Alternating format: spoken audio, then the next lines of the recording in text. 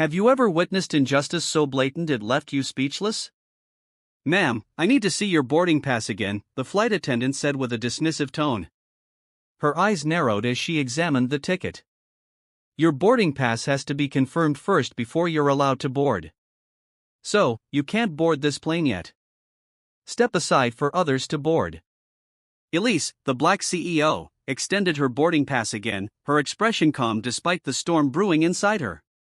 "There's no mistake. I'm in seat 2A. Soon, a security guard approached, his hand immediately gripping Elise's arm when she tried to explain her situation. His fingers dug into her simple suit jacket as he began pulling her away from the gate. Other passengers looked on, some concerned, some indifferent, some even nodding in approval. But within 30 seconds, something extraordinary happened. The massive departure screens throughout the terminal flickered, then went completely black. The boarding gate's electronic displays froze. Announcements over the PA system abruptly cut off mid-sentence. What shocking twist could bring an entire airline to its knees? The confusion in the terminal amplified tenfold. Passengers who had been boarding suddenly stopped in their tracks. Airline staff stared at their dead computer terminals in disbelief. Gate 37B was in complete chaos. Passengers shouting over each other.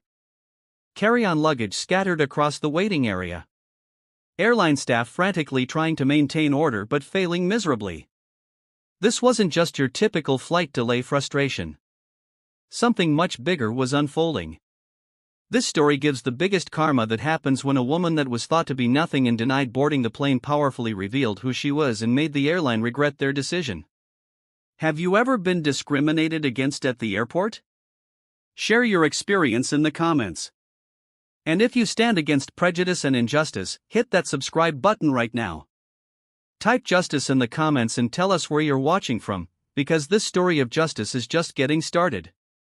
So, who exactly is Elise Washington, and how did she become powerful enough to bring an entire airline to its knees? Elise's journey to becoming one of America's most influential tech CEOs is nothing short of extraordinary. Unlike many tech executives with privileged backgrounds and elite connections, Elise came from absolutely nothing. Her mother worked 3 jobs to keep a roof over their heads in a neighborhood where success stories were few and far between. At 16, Elise was already showing remarkable talent with computers. While other teenagers were hanging out at the mall, she was fixing broken electronics from pawn shops and teaching herself to code on a second-hand computer her high school teacher had salvaged for her. This wasn't just a hobby. This was survival. By 17, she was making enough money repairing computers for local businesses to help her mother pay rent. But the road was never easy. When she applied to college, despite perfect SAT scores, she was waitlisted at every top tech school she applied to.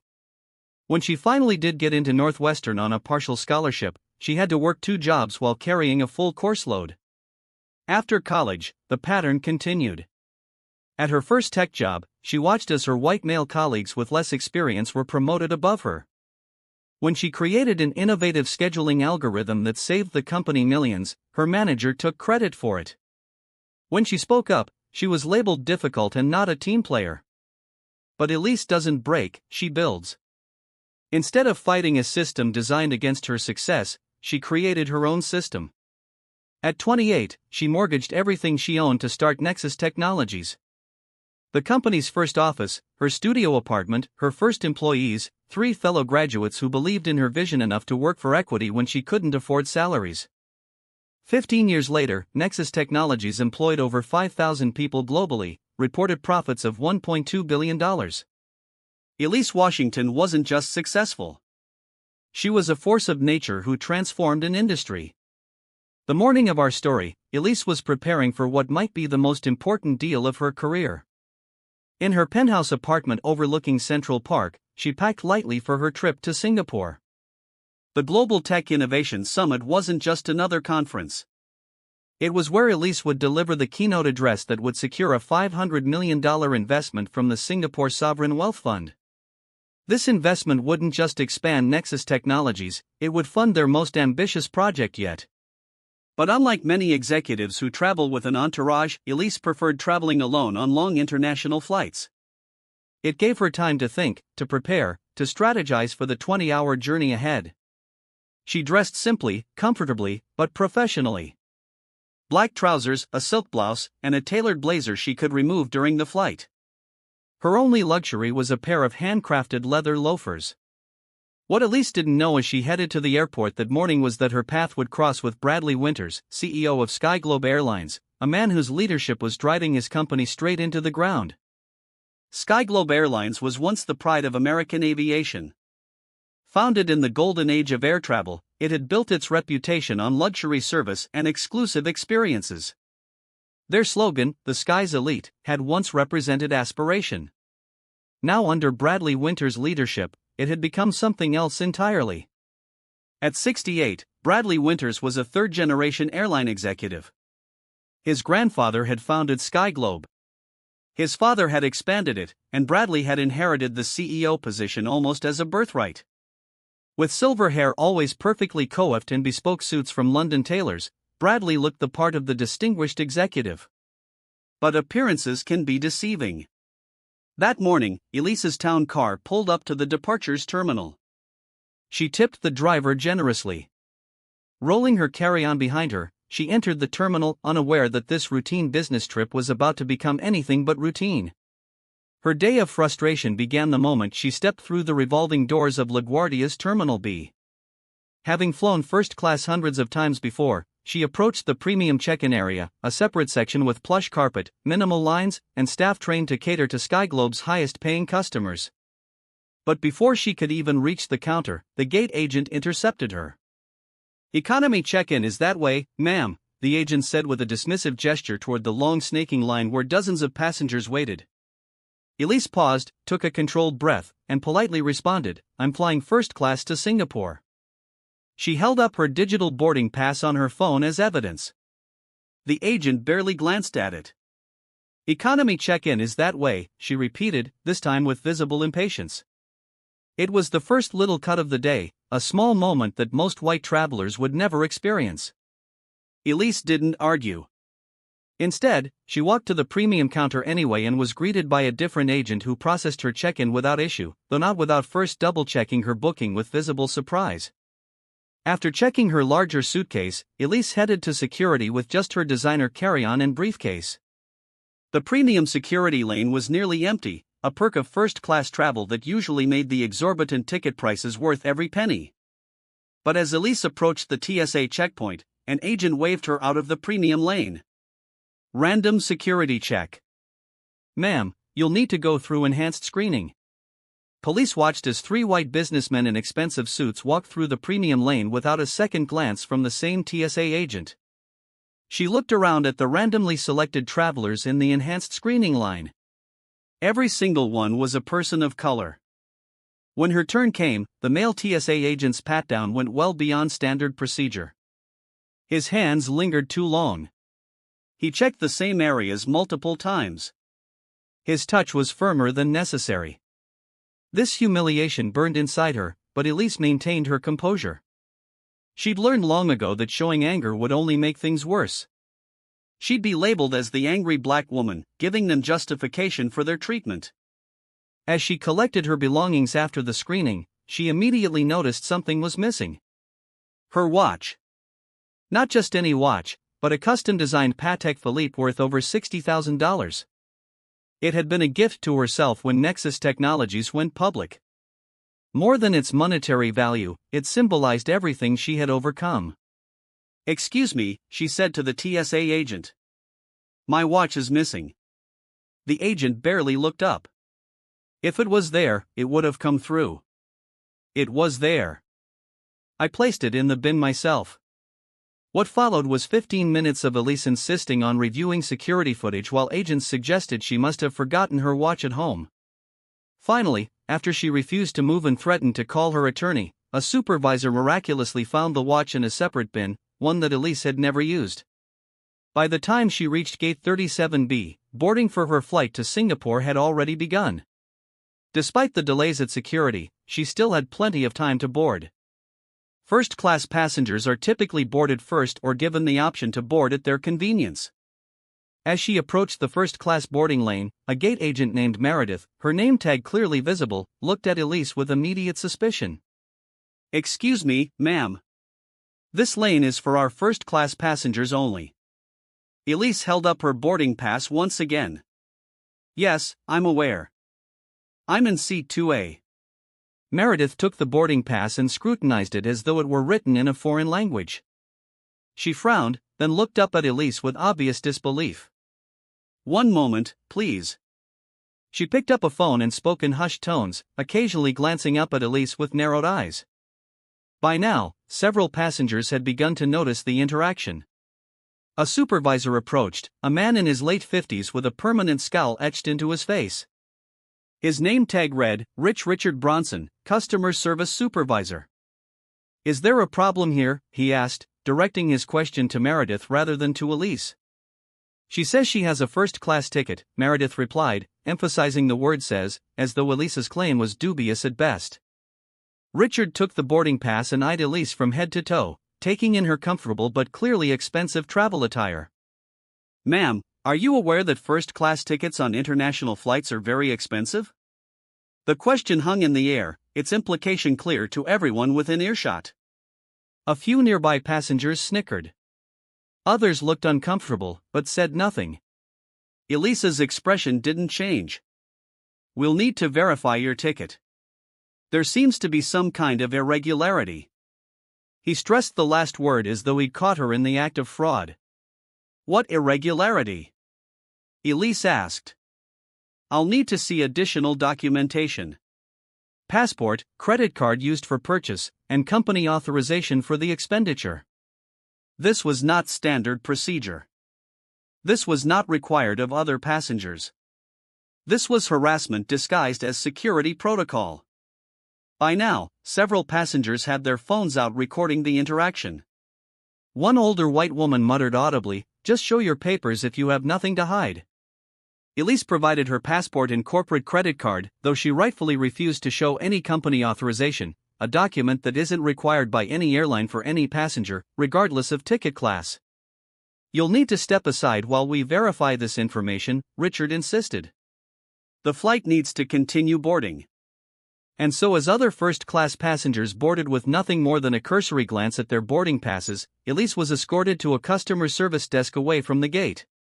She was told the verification would just take a few minutes. Those few minutes stretched into 20, then 40, then over an hour. Elise sat at the desk watching the minutes tick by on her reclaimed watch. No updates were provided. No explanations were offered. She repeatedly asked about the status of her verification only to be told, "We're working on it."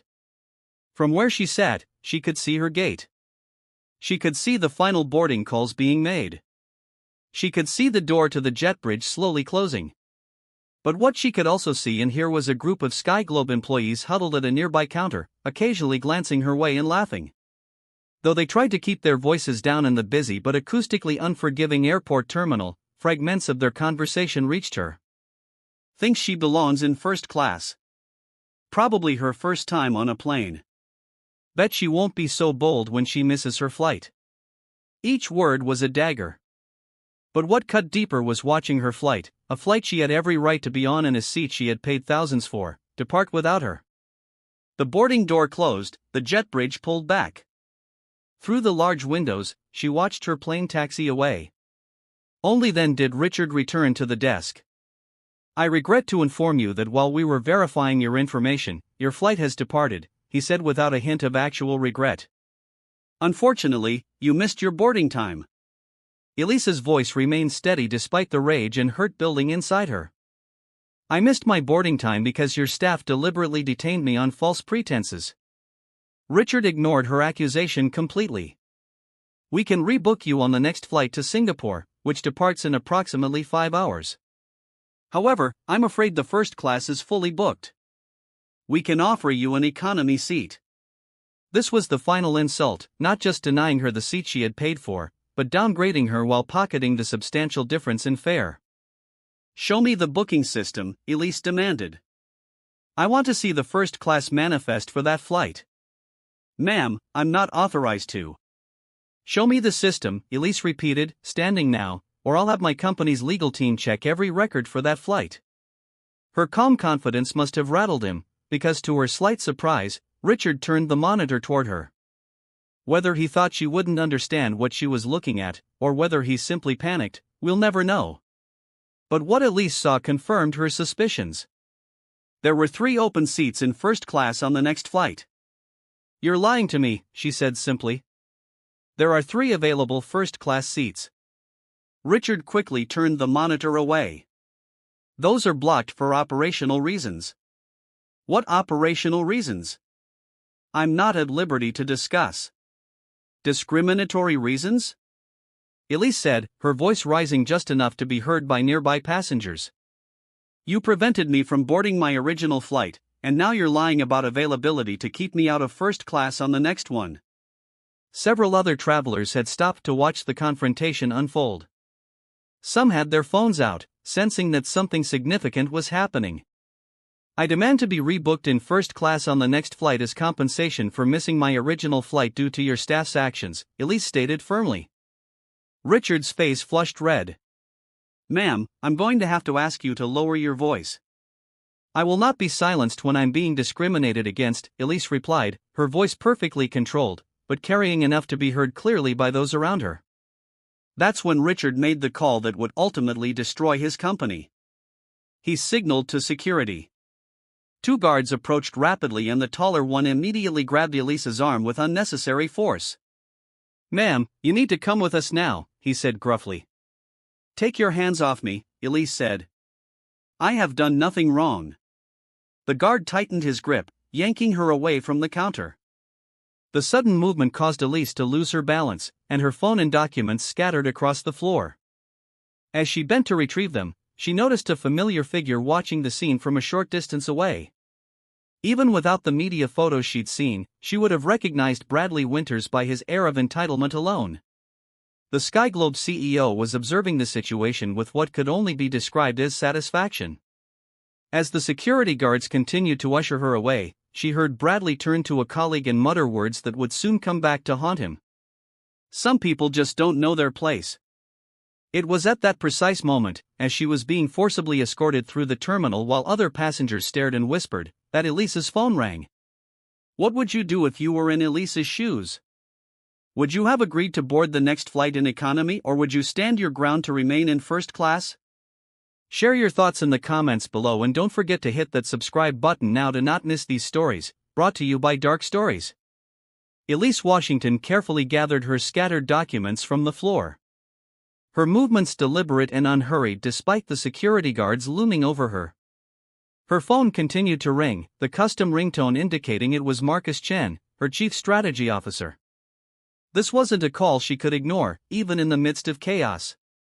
I need to take this, she said to the guards, her tone making it clear this wasn't a request. Elise stepped slightly aside, maintaining eye contact with the security personnel to ensure they didn't attempt to physically remove her again. Marcus, she answered, her voice immediately shifting to her business tone. What's the status? What the security guards didn't know, what Bradley Winters himself didn't know, as he watched from a distance with smug satisfaction, was that this call would be the beginning of the end for Sky Globe Airlines. Elise, the Singapore Sovereign Fund needs our decision by tomorrow morning, Marcus explained urgently. They need to know which airline we're recommending for the global corporate contract before they finalize the acquisition paperwork. And here was the first revelation that would change everything. Her company wasn't just a client of various airlines. They were conducting the final evaluation for a global corporate contract worth $3.7 billion over 5 years. Whichever airline secured this contract would provide exclusive travel services for over 40 multinational corporations within the Nexus Technologies partner network. Sky Globe had been on the short list along with 2 other major carriers. Elise's flight today was supposed to be the final evaluation of Sky Globe's international first-class service, a test they had just catastrophically failed without ever knowing they were being tested. I've seen enough, Elise replied, looking directly at Bradley Winters as though he could hear her. Remove Sky Globe from consideration immediately. Draft the recommendation for Singapore Airlines instead. But Marcus had more urgent news. There's another issue, Elise. The market is getting nervous about our position in Skyglobe. There are rumors that we might be divesting, Marcus said. And here was the second bombshell. Behind the scenes, through her private investment firm, Elise Washington personally controlled 28% of Skyglobe stock. Combined, they represented the single largest ownership block in the struggling airline, larger even than the shares held by the Winters family. Most passengers watching the scene unfold had no idea that the woman being mistreated held enough stock to destroy the company's valuation with a single sell order. The Singapore conference isn't just about our recommendation, Elise, Marcus continued. Everyone is expecting your keynote to signal the green light for our acquisition talks. And there was the third revelation. The Singapore conference wasn't merely about securing a $500 million investment. It was about finalizing Nexus Technologies' acquisition of Aerosphere Airways, Skyglobe's largest competitor in the Asian market. A move that would fundamentally reshape the airline industry for decades to come. The security guards shifted uncomfortably, sensing that this seemingly routine situation was evolving into something far beyond their pay grade. One of them spoke into his radio, updating someone about the situation at Terminal B. Elise's mind worked with the calculating precision that had made her a legend in the tech industry. In less than 10 seconds, she had formulated a plan that would deliver both justice and a powerful business lesson. Marcus, I need you to do something right now. Contact our legal team and activate our voting shares. Call for an emergency board meeting of Skyglobe Airlines today, not tomorrow. Cite shareholder concern over discriminatory practices and potential civil rights violations. She paused, watching Bradley Winters, who was now engaged in what appeared to be an increasingly heated conversation with Richard Bronson, the supervisor who had denied her boarding. And Marcus, execute Plan Delta. Plan Delta wasn't just a dramatic phrase she had invented on the spot for effect. It was a strategy developed years ago for situations exactly like this, when discrimination threatened not just her dignity but the integrity of her business operations. As Elise ended the call with Marcus, she immediately placed another to her CFO, then her legal counsel, then the head of her PR team. Each conversation lasted less than 30 seconds. Each set in motion a different aspect of her response. The security guards still hovered nearby, but now they seemed uncertain. One kept glancing at his radio, waiting for instructions.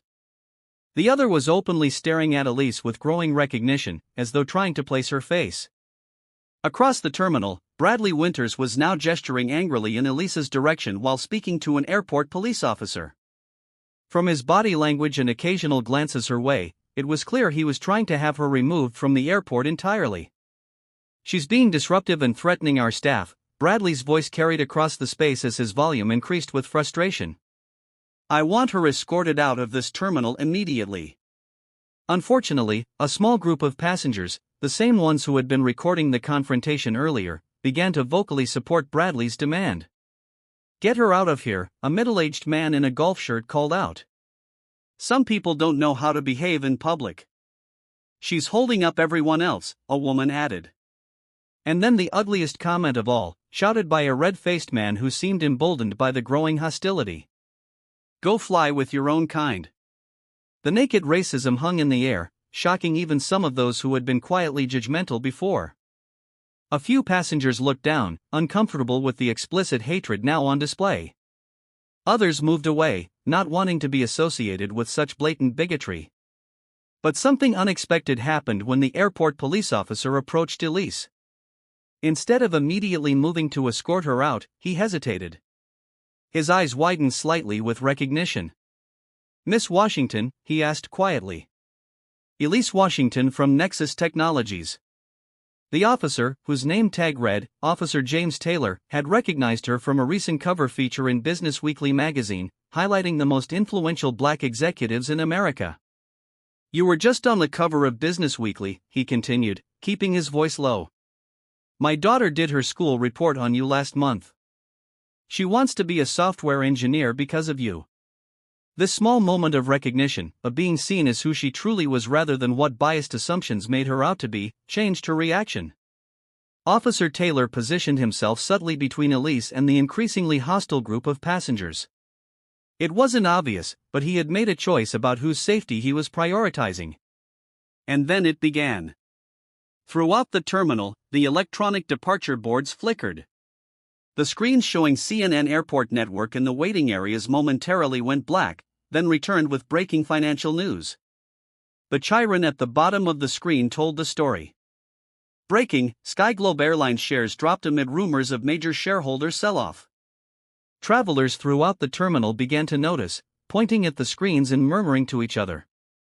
Some pulled out phones to check their investment apps. The atmosphere in Terminal B subtly shifted as the financial drama began to overshadow the personal one. On the screens, financial analysts were already speculating about the cause of the sudden stock movement. One mentioned unconfirmed reports of discriminatory incidents and potential civil rights violations that could expose the airline to significant legal liability. Marcus Chen had wasted no time in executing Plan Delta.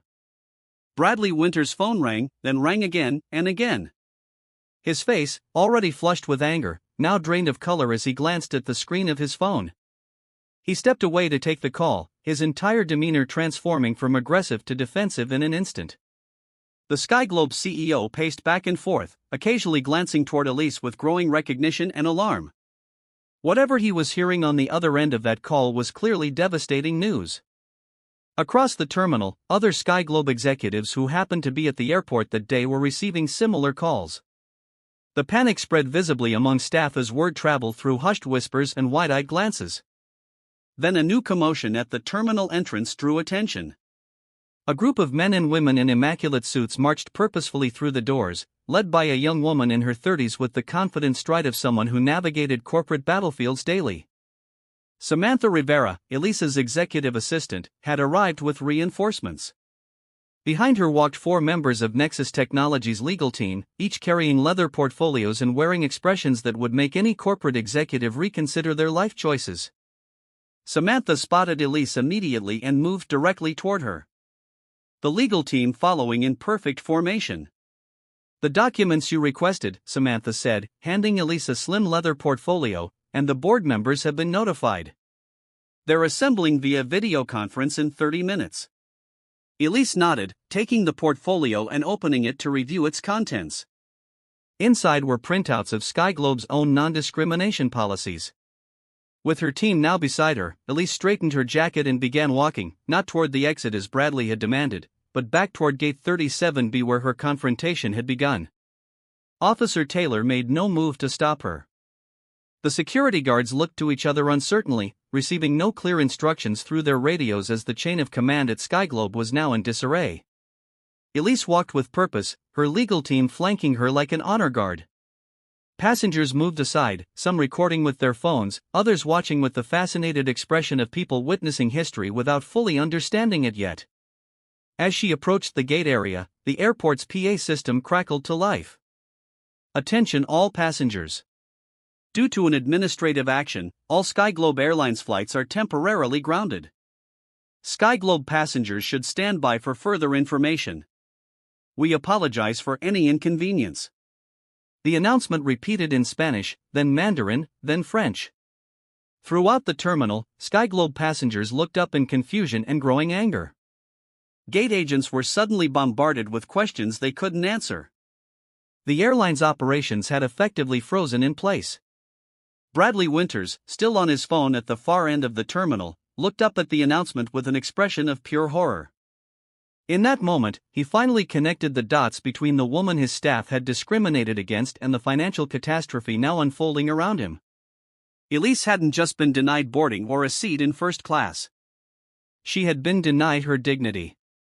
And now SkyGlobe Airlines was about to learn exactly how costly that mistake would be. The stage was set for a confrontation that would change the airline industry forever. Bradley Winters versus Elise Washington, old prejudices versus new power, discrimination versus justice, and it was about to play out in front of hundreds of witnesses, thousands of social media viewers, and millions of stockholders. Gate 37B had transformed from an ordinary airport gate into ground zero of what would soon be called the SkyGlobe reckoning. The announcement that all flights were grounded had created instant chaos. Hundreds of passengers crowded the customer service desks demanding explanations, refunds, and alternative travel arrangements. "What do you mean all flights are grounded? I have a connecting flight to catch. This is outrageous." I paid thousands for my ticket. Someone better explain what's happening right now. The Sky Globe staff, completely unprepared for this situation, did what frightened people often do when facing an angry mob. They looked for a scapegoat. And they found one in Elise Washington. "Ma'am, if you hadn't disrupted our boarding procedures, none of this would be happening," Meredith, the gate agent who had first questioned Elise's ticket, announced loudly enough for nearby passengers to hear. Richard Bronson, the supervisor, joined in. "This woman has caused a major disruption to our operations because she couldn't follow simple instructions." Their strategy worked, at least initially. Several passengers turned toward Elise with renewed anger, now blaming her for their travel woes. "Is she the reason our flights are cancelled?" one man demanded. "Why is one person allowed to ruin travel plans for hundreds of people?" another shouted. The crowd was growing hostile, closing in around Elise and her legal team. Officer Taylor positioned himself closer to her, sensing the escalating tension. What happened next would become one of the most viewed viral videos of the year. With calm determination, Elise stepped away from her legal team, moved to a nearby row of seats, and gracefully stepped onto a chair to elevate herself above the crowd. "My name is Elise Washington," she began, her voice carrying across the gate area with the same commanding presence that had captivated audiences in boardrooms and conference halls worldwide. "I am the CEO of Nexus Technologies and the founder of Horizon Capital." The simple act of claiming her identity and position, of refusing to be diminished or erased, immediately changed the energy in the terminal. Some passengers pulled out phones to search her name, eyes widening as they realized who was speaking. "I came to this airport today as a paying customer with a valid first-class ticket. Just like many of you, I was denied boarding not because of anything I did wrong, but because of what I look like." A hush fell over the immediate area as passengers stopped to listen.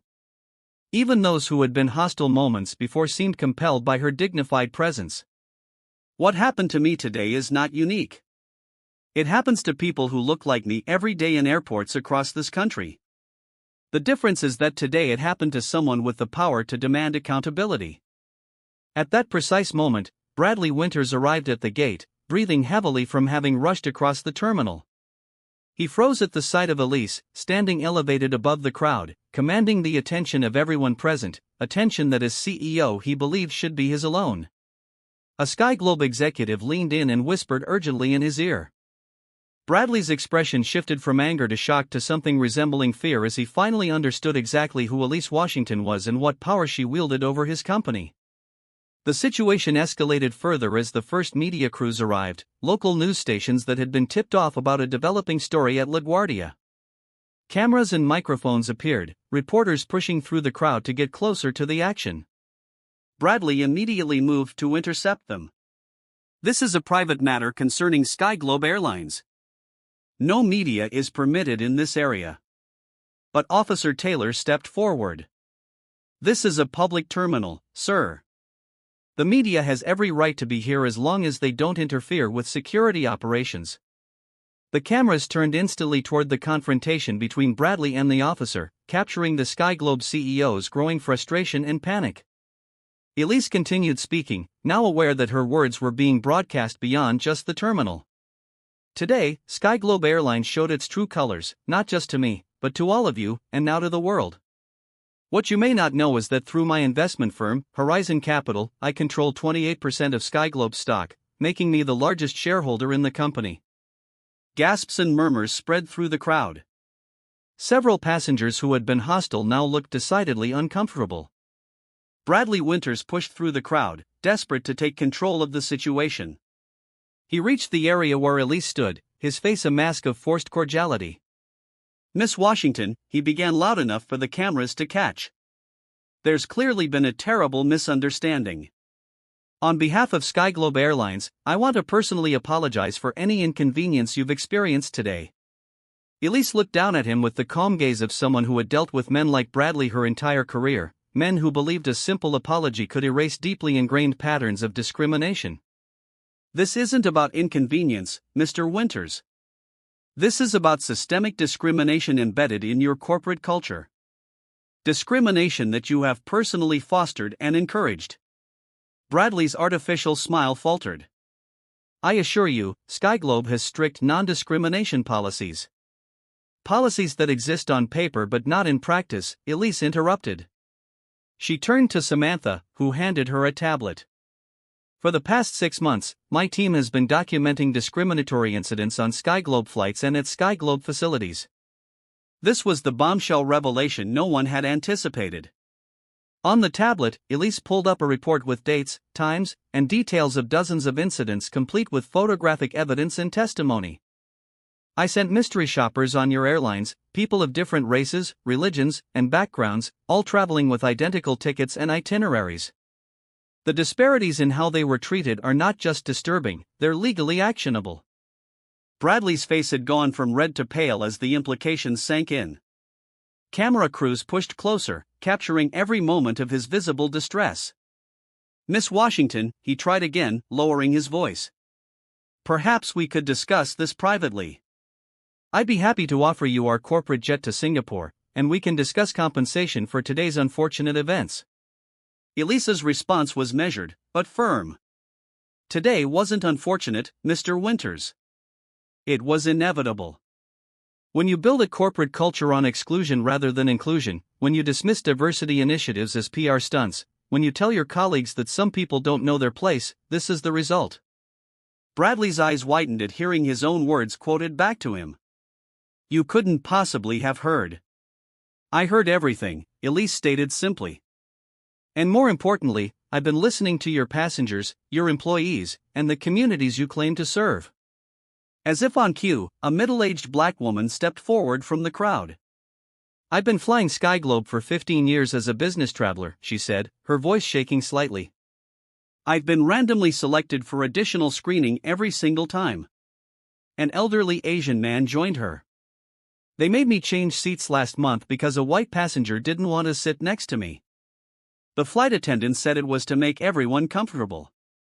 One by one, passengers began sharing their own experiences of discrimination on SkyGlobe flights. Each story built upon the last, creating a damning portrait of a company culture rooted in bias and exclusion. Meanwhile, the passengers who had earlier hurled racist comments began to quietly edge away from the scene, clearly hoping to escape before being identified. But in our age of smartphones and social media, nothing remains hidden for long. Several onlookers had recorded their earlier comments, and these videos were already circulating on Twitter and Instagram, complete with hashtags identifying them. Elise let each person speak, giving weight and validation to experiences that had too often been dismissed or denied. When they finished, she addressed not just the crowd at Gate 37B, but the growing audience watching live streams across the world. Discrimination isn't just morally wrong, it's bad business, she said.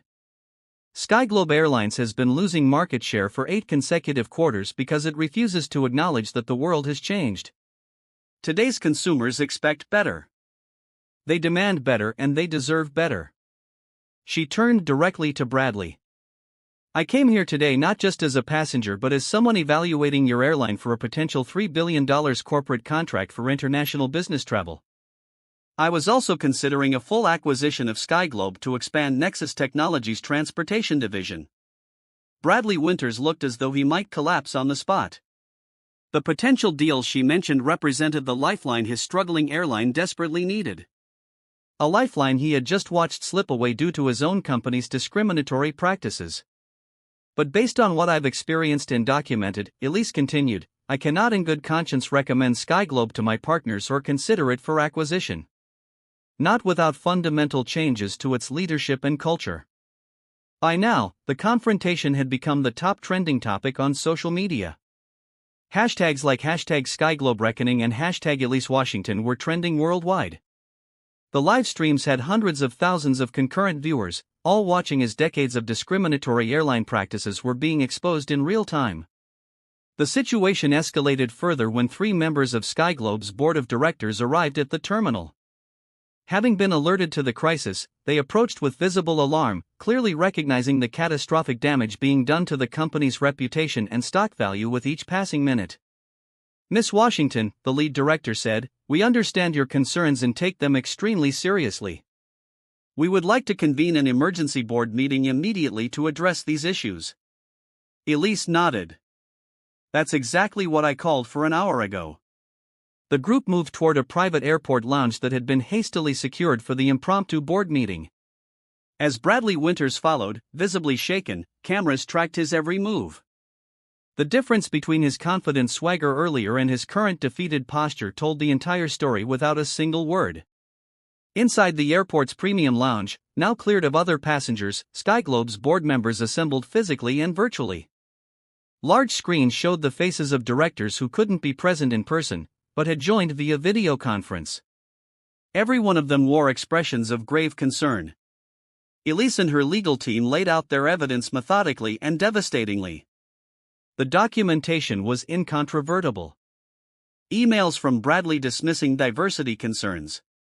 Statistics showing patterns of discriminatory treatment. Testimony from former employees about explicit directives to treat certain passengers differently than others. As the presentation continued, Bradley's breathing became labored. He loosened his tie, his face flushing an alarming shade of red. Sweat beaded on his forehead despite the lounge's cool temperature. Halfway through the presentation of evidence, as Elise was explaining how discrimination had cost Skyglobe 3 major corporate accounts in the previous year, Bradley suddenly clutched his chest and collapsed into his chair. I can't, he gasped before slumping sideways. The room erupted in panic. Is there a doctor? Someone called out. Without hesitation, Elise took charge. Call an ambulance immediately, she directed one of the board members. Then she loosened Bradley's tie completely and helped move him into a recovery position on the floor. It was a striking image. The woman who had every reason to despise this man was now the one ensuring he received proper care in his moment of crisis. Even as Bradley Winters faced the consequences of his actions, Elise Washington demonstrated the compassion and humanity he had denied to so many others.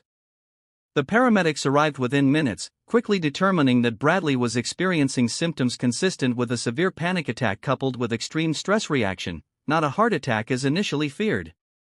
As they prepared to transport him to the hospital, he looked up at Elise with what appeared to be genuine shock at her intervention on his behalf. With Bradley on his way to the hospital, the board meeting reconvened. The directors, now fully aware of the magnitude of the crisis facing their company, moved quickly to damage control. After less than 30 minutes of deliberation, the board chairman announced their decision. The airline has been shut down due to Elise pulling out her shares. Bradley Winters will be suspended immediately pending a full investigation, and an interim CEO will be appointed from outside the current executive team to ensure impartiality and to help the airline build up again. Furthermore, the board unanimously approved the formation of an independent committee to investigate discriminatory practices throughout the organization and recommend comprehensive reforms. They requested that Elise's team share their full documentation with this committee. As the meeting concluded, the board chairman addressed Elise directly. Ms. Washington, we cannot undo what happened to you today or to countless others over the years, but we can commit to ensuring it never happens again. We would welcome your guidance in this process of transformation. Elise's response was measured but firm. Real change requires more than apologies and committees. It requires a fundamental shift in culture from the top down. I'll be watching closely to see if Skyglobe is truly committed to that shift. As Elise exited the lounge with her team, she found the terminal had transformed. The anger that had greeted her earlier had been replaced with something altogether different. Respect, admiration, and in many cases, gratitude. Passengers approached to shake her hand. Airport staff who had been reluctant to get involved earlier now nodded in acknowledgement as she passed, and the media, sensing that they were documenting a pivotal moment in corporate America, captured every moment. The confrontation at Gate 37B proved to be just the beginning of a transformation that would ripple through not just Skyglobe Airlines but the entire industry. But the most surprising developments were still to come. 1 week after the confrontation at Gate 37B, the world witnessed something unprecedented in aviation history. The Grand Ballroom in Manhattan was filled to capacity with journalists from around the globe. The Skyglobe logo, once a symbol of prestige, now hung behind the podium like a relic of a bygone era. The interim board chair, Dr. Janet Rivera, notably the first Latina to hold such a position in a major airline, approached the microphone. The room fell silent. After careful consideration and preliminary findings from our internal audit, the board of directors has made the difficult but necessary decision to suspend all SkyGlobe operations effective immediately. The announcement set shock waves through the industry. Never before had an airline of SkyGlobe's size voluntarily grounded its entire fleet outside of a national emergency. Over 250 aircraft would sit idle at airports across the globe. More than 21,000 employees would be placed on paid leave during what was described as a comprehensive restructuring. The financial cost was staggering, estimated at over $35 million per day. Dr. Rivera's introduction, she made it clear that the cost of continuing business as usual would have been far greater. Some have asked why such a drastic measure is necessary, Rivera began, her voice steady and resolute. My answer is simple. Sometimes you need to tear down the foundation to rebuild properly. SkyGlobe's issues aren't superficial problems that can be fixed with sensitivity training or policy memos. The discrimination was structural, embedded in the company's culture from its highest levels to its daily operations. The cameras panned across the room, capturing the solemn faces of board members who had come to recognize the full extent of their company's failings. Many had initially resisted the idea of a complete shutdown, arguing for less dramatic remedies, but the preliminary audit findings had silenced those objections. Throughout the week following the LaGuardia incident, SkyGlobe terminals across the world had transformed into ghost towns. Ticketing counters stood empty. Check-in kiosks displayed temporarily unavailable messages.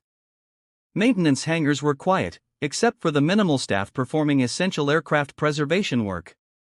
At JFK Airport, a time-lapse camera captured the SkyGlobe fleet being towed to remote stands, their engines covered, their liveries suddenly looking like artifacts from a company that already belonged to history.